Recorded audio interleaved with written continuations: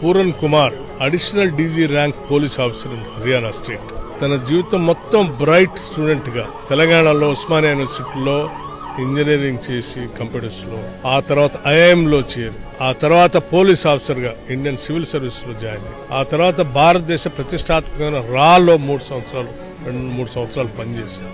ఆ తర్వాత భారత రాష్ట్రపతి చేత అనేక మెడల్స్ పొంది తన సర్వీస్ అంతా అవినీతికి వ్యతిరేకంగా ప్రిన్సిపల్ గా బతుకున్నటువంటి అంత ఉన్నత స్థానంలో ఉన్నటువంటి అధికారి ఈ రోజు నేను ఇక బతకలేను ఇక్కడ అని చెప్పి ఆయన సూసైడ్ చేసుకోవడం అనేది అత్యంత బాధాకరమైన సంఘటన.